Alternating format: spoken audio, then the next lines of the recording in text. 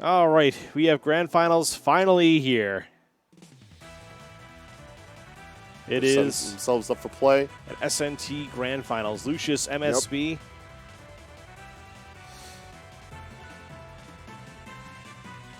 All right.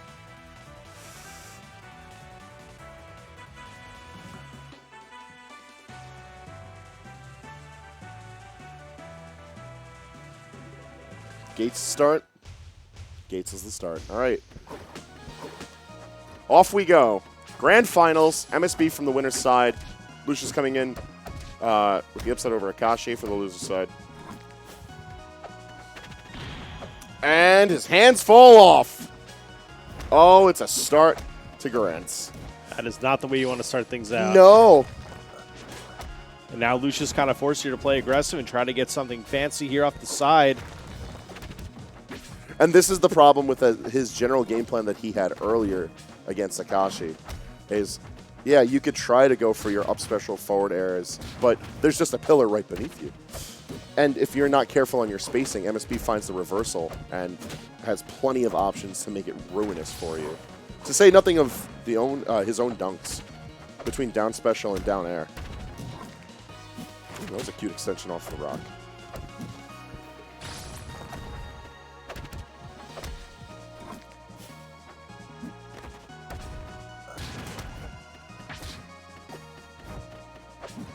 Those platforms are a lifesaver for Lucius right now. That and some really good DI, making sure that he can make these stocks last.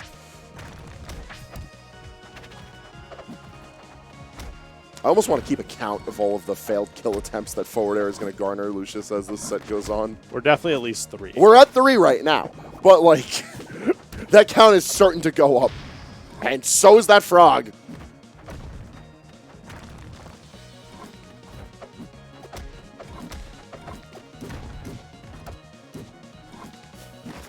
We're really out here. That was such good rock play. Ooh, the bounce off the wall. Was not expecting that. Okay. Although at 168. Yeah, there's not much you can really do once you get bounced off a wall like that. Yeah. You're just in hit stun for so long. I feel like maybe with good DI and like anticipating the wall bounce, MSB could have survived, but good luck anticipating that.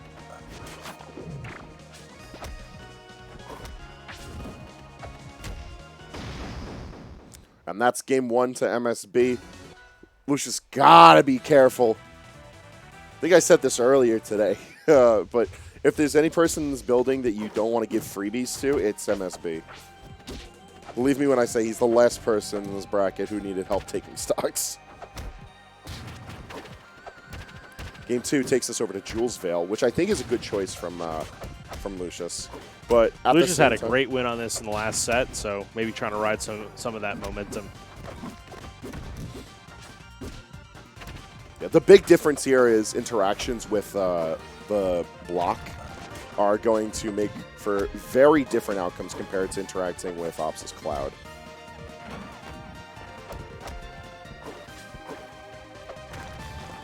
So you're dealing with an active threat versus a potential threat.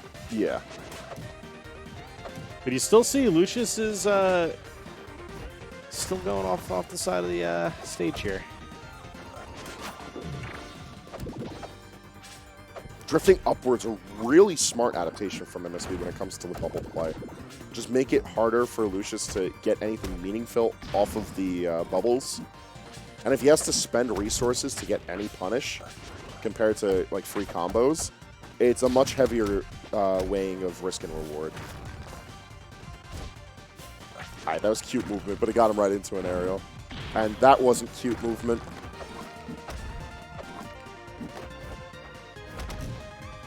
That was a fight to see who was getting the pebbles. Lucius unfortunately took a nice shower of rock there.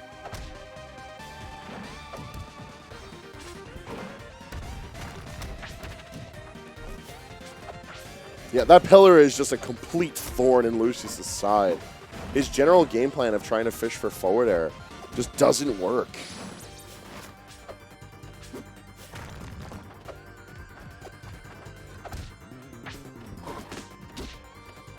Couple single needles into dash attack, but still no dice. That's first stock still at 180 and counting. The damage over time, pleasant, but Lucius on last stock at 106. MSB in prime position to take this game too. Although the Nair is going to at least alleviate some of that pressure. No catch on the side B, just leaves him out to dry. And we got the pebbles into the forward air. Game 2 going to MSB, and now on tournament point.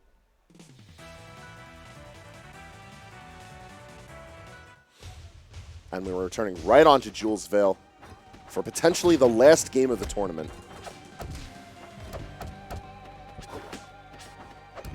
There's so many little factors that Lucius has to worry about when fighting off against MSB. But I feel like the most pressing matter is going for a different end goal. Because all of that pressure to the corner, there's no threat of forward air here. Like, really good DI from MSB has made sure that he doesn't get knocked around on the pillar to the point of worry about getting spiked from forward air. And there's no other alternative threat until we get to ludicrously high percentages where bouncing off the wall with back air is an active threat.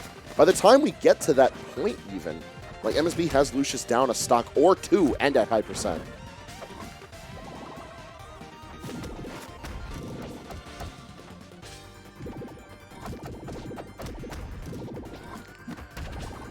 The bubble doing a world of good right now for Lucius, but still not enough.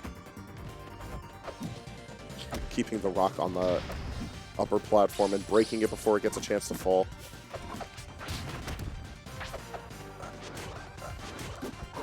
Oh, I like these little maneuvers with the side B, just a feign movement. Really yuck! That was a yucky-ass pickup off the forward tilt. It didn't really amount to much, but I didn't like it. It was like 35–40%. I did not like it. I love it. I'm here for it. That was a really risky landing off the up special, too. Lucius pretty pressed for good movement options at the ledge when he's not in charge of it. And these grounded down specials doing so much for MSB. Mind you, he's not spending a lot of time on the ground, but when he is, like, it's mattering. Oh, no. Yeah, that's down strong. Not going to kill, though. Did a lot of damage. Yeah. Bubble there is there to buffer some of the rocks.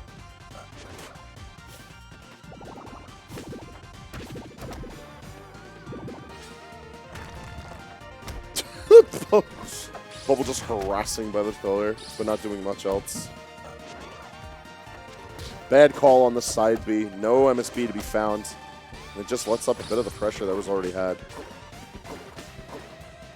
These single needles, though, finally making a return from Lucius. Great DI there. Bruh, he went up. I'd be so mad.